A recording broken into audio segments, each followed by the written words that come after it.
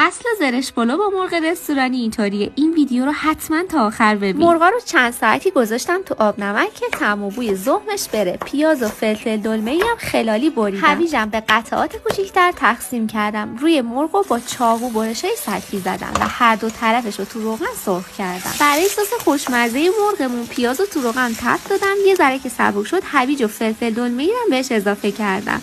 5 دقیقه بعد رو با هم تو روغن تفت دادم تا خامیش بره. ادویه ها رو ریختم و بهش آب جوش اضافه کردم و مرغا رو از سمتی که برش زده بودم گذاشتم تا این سس خوشمزه کامل به خوردش بره. نیم ساعت آخر پختم زعفرون و آب لیموش رو اضافه کردم. خلال بادون، پسته و زرشک رو تو کره تفت دادم و با برنج زعفرونی و پیازداغ مجلسی روی برنجم ریختم و آخر سرم این مرغای خوشرنگ و خوشمزه میاد کنار زرشک پلو. این از همون زرشک پلو با مرغاییه که وقتی تو رستورانا میخوری طعمش تا مدت‌ها زیر زبونتون میمونه.